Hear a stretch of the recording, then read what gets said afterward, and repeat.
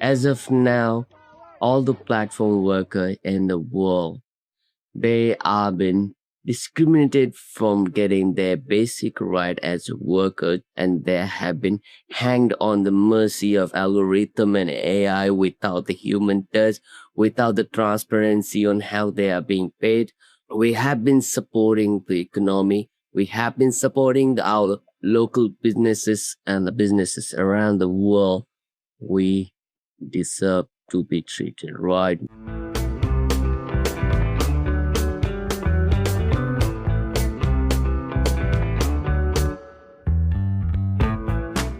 Hello and welcome to Collective Voices, the ITUC podcast where we talk about workers fighting back and winning. You just heard Nabeen Adhikari of the Transport Workers Union in Australia talking about the working conditions that platform workers are confronted with on a daily basis. I'm Alvira Khan-Gordon, an editor in the ITUC Communications Department, and in today's episode we're talking about one of the biggest labour rights battles happening now. It concerns a very 21st century form of work that is managed by computer programs, but which comes with injustices and inequalities far more reminiscent of the 18th century world of work. The reality for millions of platform workers around the world is that an algorithm controls whether you work or not, how much you get paid for each job, and ultimately whether you will get to pay your bills and feed your family from week to week. And if it decides to get rid of you, you're done. There's no human to talk to, no process, and no rights. But that could be about to change. Because in June 2026, the International Labour Organization, the ILO, will decide whether millions of platform workers gain the same protections as all other workers, protection from the uncertainties they live with under algorithmic control and employment misclassification, or whether platform-based businesses will continue operating in a void where workers' rights simply don't exist.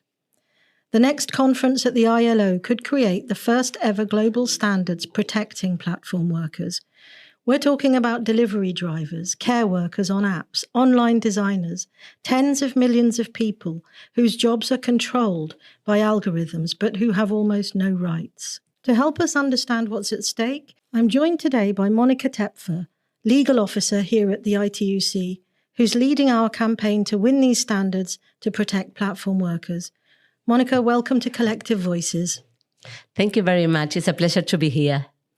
So let's start with the human reality here, because I think a lot of people hear platform work and think of it as just a side hustle and a bit of extra cash. But that's not the reality. So can you explain what is work like for a platform worker and what are they up against every day? One thing is what we hear that the platforms say, how they describe the platform worker reality, but this is how it works in real life. Every aspect of their life, of the platform worker's life, is controlled by algorithmic management. How much they will pay, if they will have a job, if they will be deactivated. Everything is controlled and is decided by an automated system that workers has no information on how it works. And they have not even the chance to ask for that information. So what we see is a real commodification of work. The platforms say platform workers are happy because they prefer to have flexible schedule. They are free. Flexibility is this kind of God. But many platform workers may decide to log in, but once you are in the system, you don't know how it works. And the platform, they control everything. So they call it flexibility, but it's really precarity. Exactly. It's flexibility decided by the platform, not by the worker. And so we're not really talking about technology making work easier. We're talking about technology being used as a management tool, controlling workers, stripping away their rights. And this is kind of important because these systems and the way they operate aren't just an unfortunate accident, are they? Can you explain, Monica, how these platform companies have built an entire business model around avoiding labour law? What's actually happening here? Well, the platform built the business model based on avoiding obligations. They have this system, automated system, which is a technology used to control and manage worker. Technology imposed to control workers' life is not new. Now has a different name. We are talking about automated system. But in the past, there was also different technology that was used to control, to discipline workers. So this is what we see. We see a business model that was decided. It was decided to avoid labor protection by misclassifying workers, by saying workers, you are just independent contractor, you have to pay for all the obligations. We don't have any risk. This is what the platform says. We only intermediate, we only facilitate you to find clients. We don't have any responsibility. So platform workers have to pay for the equipment they need to work. They spend many, many hours searching or waiting for a job without any payment. They don't have any guarantee of minimum wages or fair incomes, maternity protection. All the protections that are linked with employment status are missing because the platforms build a model based on the fact that you are platform workers are free and you have flexibility. So you are independent contractor. We don't have to pay or we don't have any responsibilities. So every time that we talk about rights, platforms came and say flexibility, flexibility. It's like if you say 3 times flexibility, then all the obligations disappear. But we know that this is not the truth. It's just a myth. And you mentioned maternity leave there. I believe that one of the things that really struck me when I was looking into the background for this interview was that the gender pay gap still exists in this utopian world of platform employment. Can you tell us a little bit about the gender pay gaps that exist, the fact that women earn less, face more harassment, are trapped in certain roles in these industries? Well, this is exactly what happened. I mean, it's the same as it happened in the traditional economy.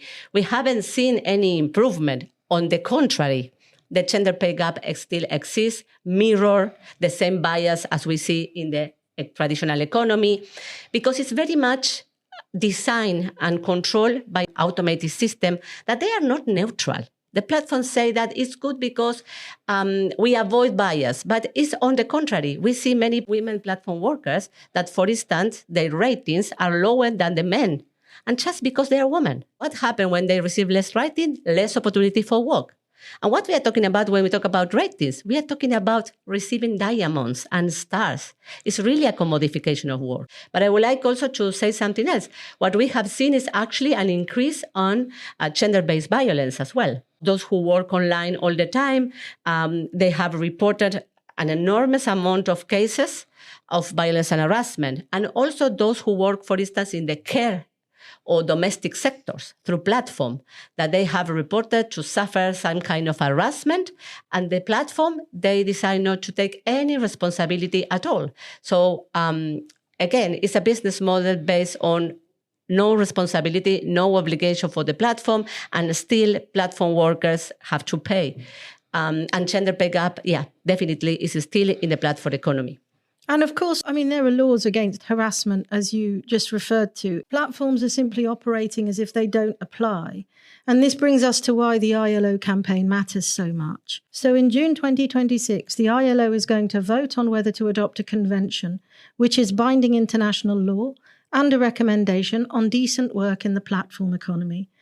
And this could be hugely significant for some of the problems that we've been discussing. But I want to understand what we're really fighting for here. What should a strong ILO convention actually do? What are the key protections that are being demanded, Monica? Thank you. Yes, definitely.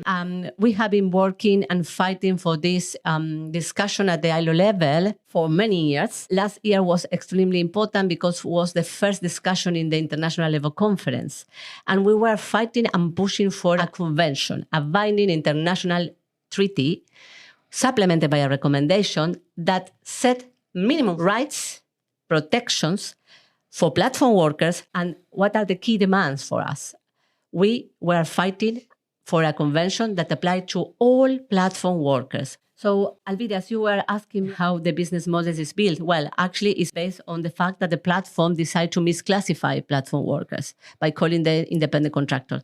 So, of course, what we would like to see in this convention is clear guidance to member states to combat misclassification based, for example, on the primacy of facts. But also there are other topics that has never been regulated at the ILO level. There is a clear gap, which refers to algorithmic management, the right to receive information on how the automated system impact working conditions and access to work, the right to be consulted for workers and their representative before and after the automated system is deployed. These are related with the transparency rights that we are fighting for. Am I right in thinking at the moment, if I am working for a platform employer, and for whatever reason, they decide that they want to terminate my employment, and it's largely going to be based on the number of stars I received over a period of time or something like that, I cannot contest that.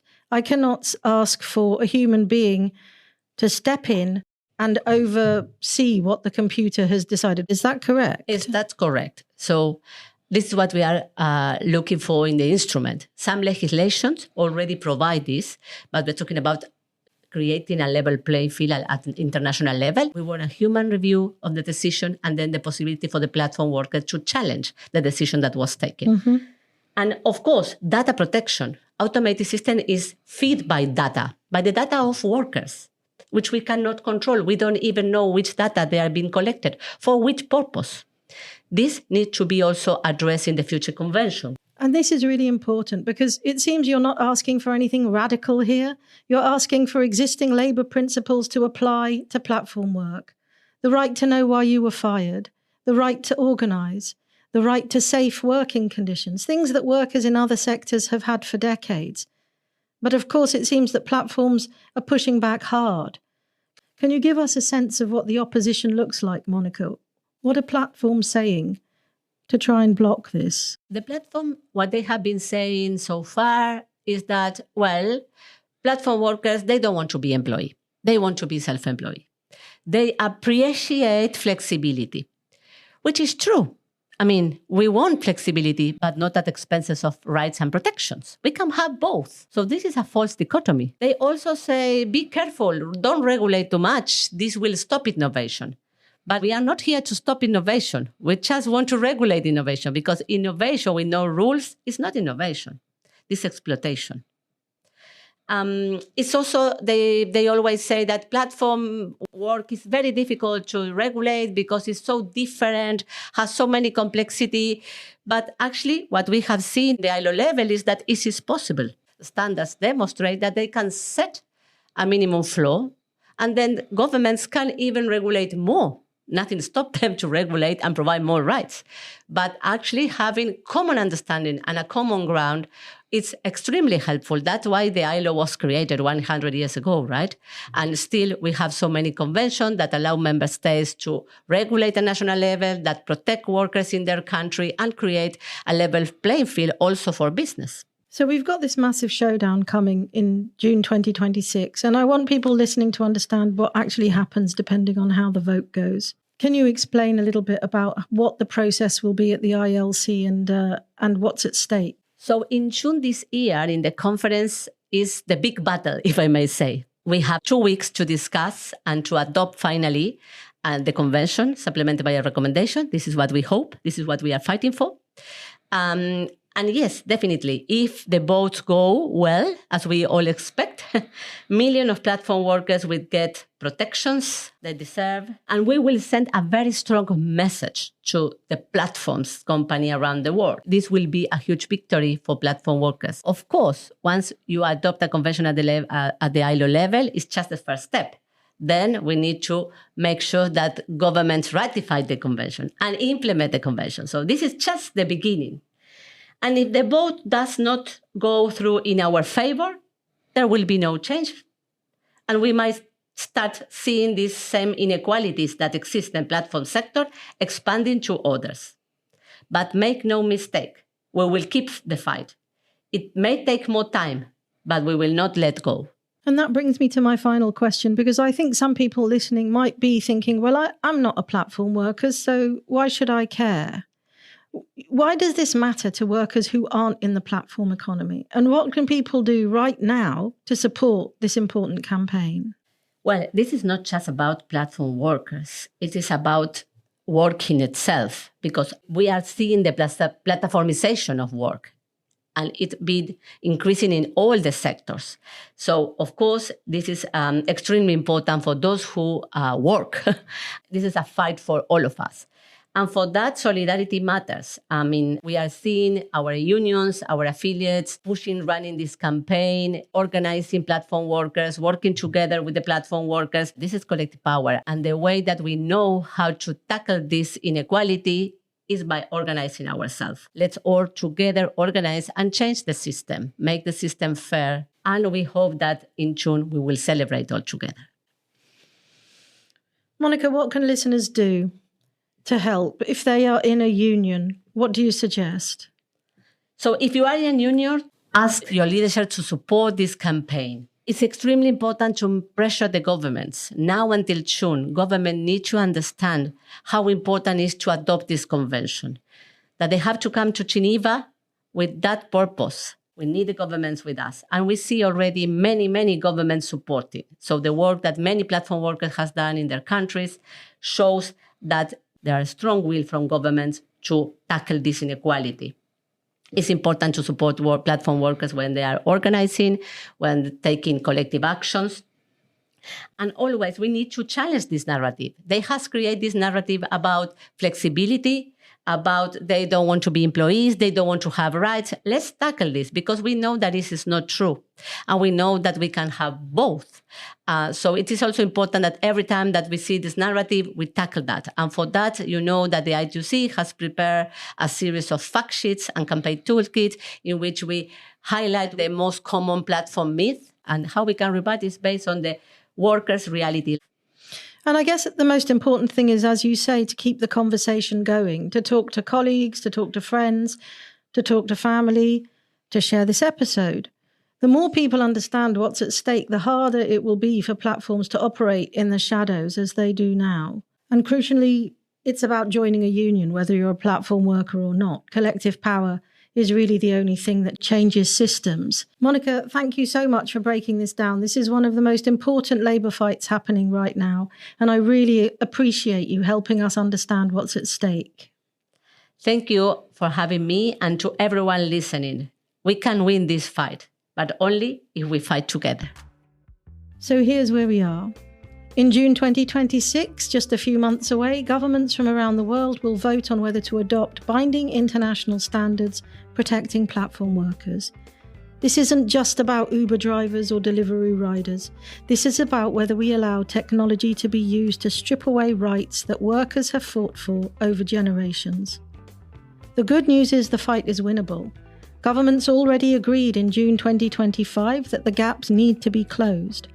Worker organisations around the world are mobilising. Platform workers themselves are organising and demanding change.